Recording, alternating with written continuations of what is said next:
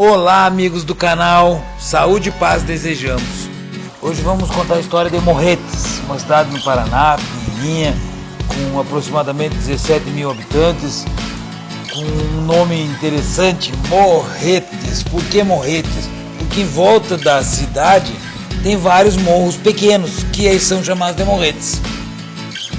Vou contar um pouquinho da história, já que eu gosto muito e eu tenho certeza que vocês do canal também gostam de conhecer um pouquinho da história, do local por onde a gente passa.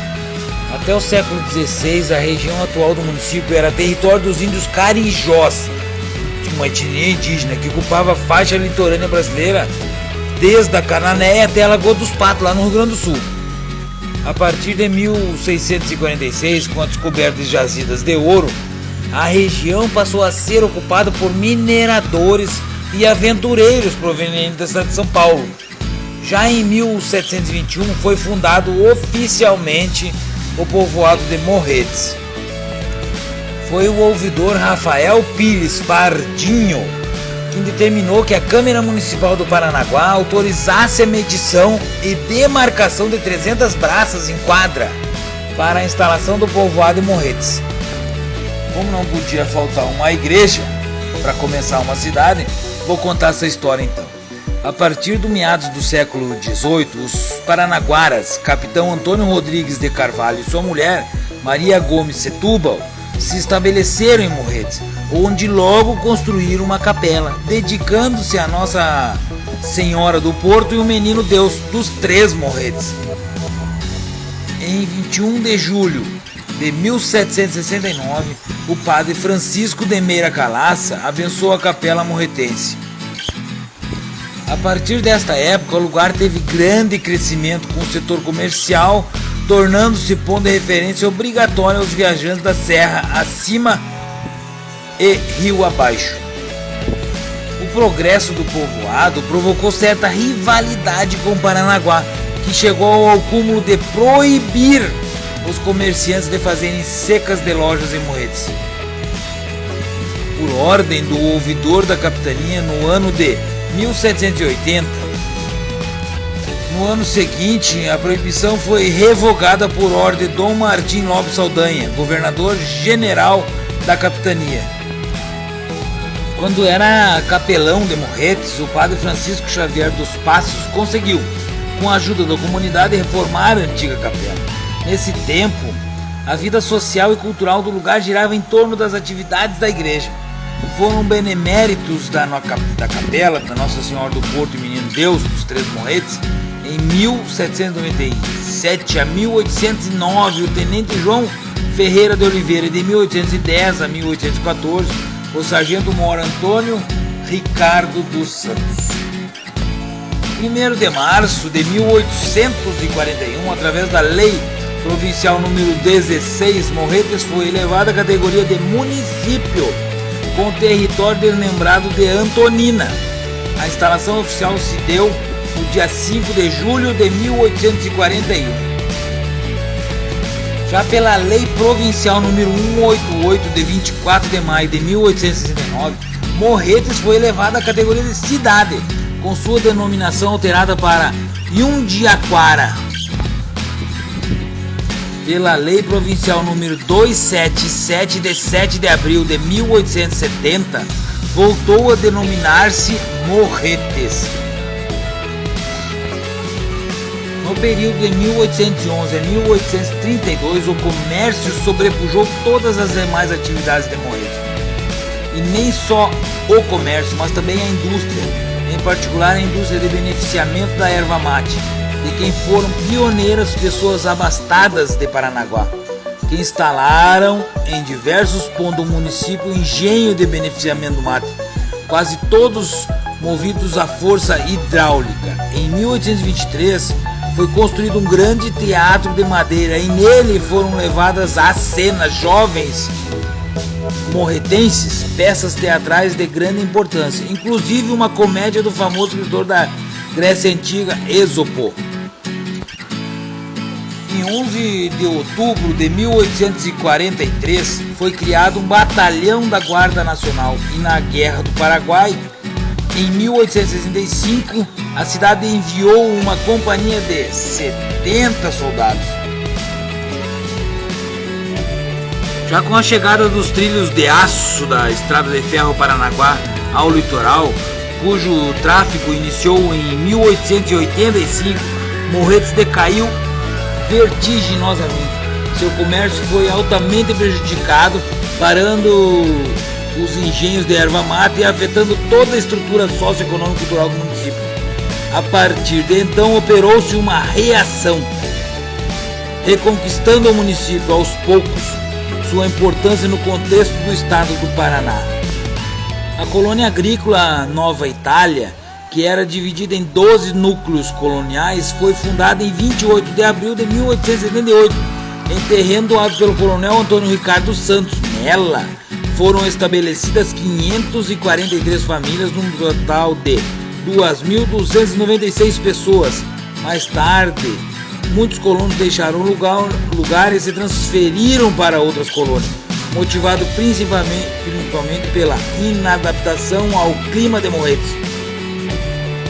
O distrito de Porto de Cima é um dos mais importantes pontos de referência histórica, não só para o povo morretense, mas para todo o Paraná. A cidade de Morretes está situada na zona fisiográfica do litoral paranaense, estendendo-se da encosta da Serra do Mar para o leste, delimitando-se ao oeste com os municípios de São José dos Pinhais, Piraquara e Quatro Barras, ao norte com o município de Campina Grande do Sul, ao nordeste com o município de Antonina e a Baía de Paranaguá, ao leste com Paranaguá e ao sul e sudeste com o município de Guaratuba. Já a fronteira ocidental de Morretes fica a cerca de 35 km do mar. Todas as divisas estaduais são formadas por acidentes geográficos. Ao norte e oeste pelos espigões da Serra dos Órgãos, da Graciosa, do Morumbi e da Farinha Seca.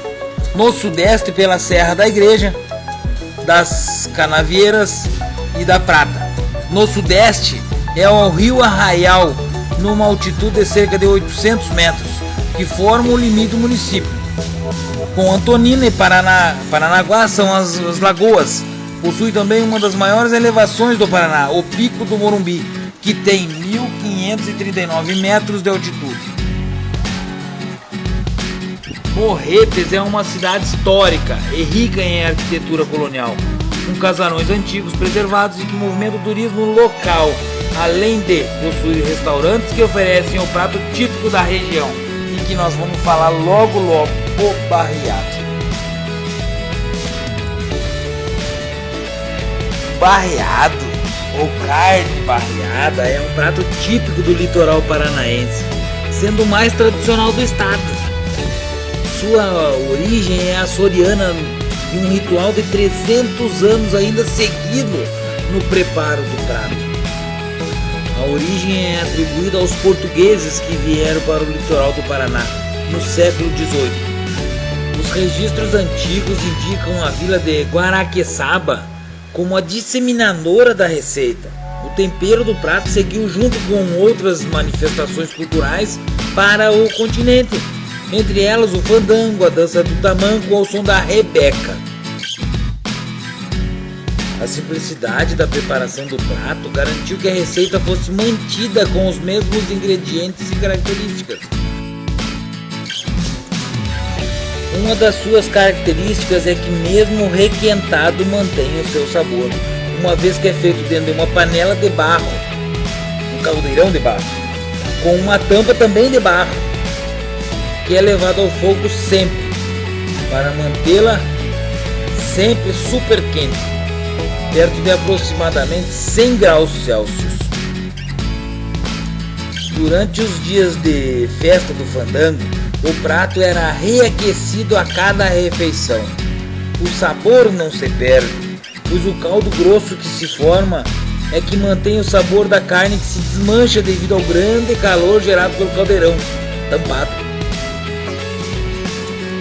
que sempre é levado ao fogo e mantido nas lavaredas durante toda a festa.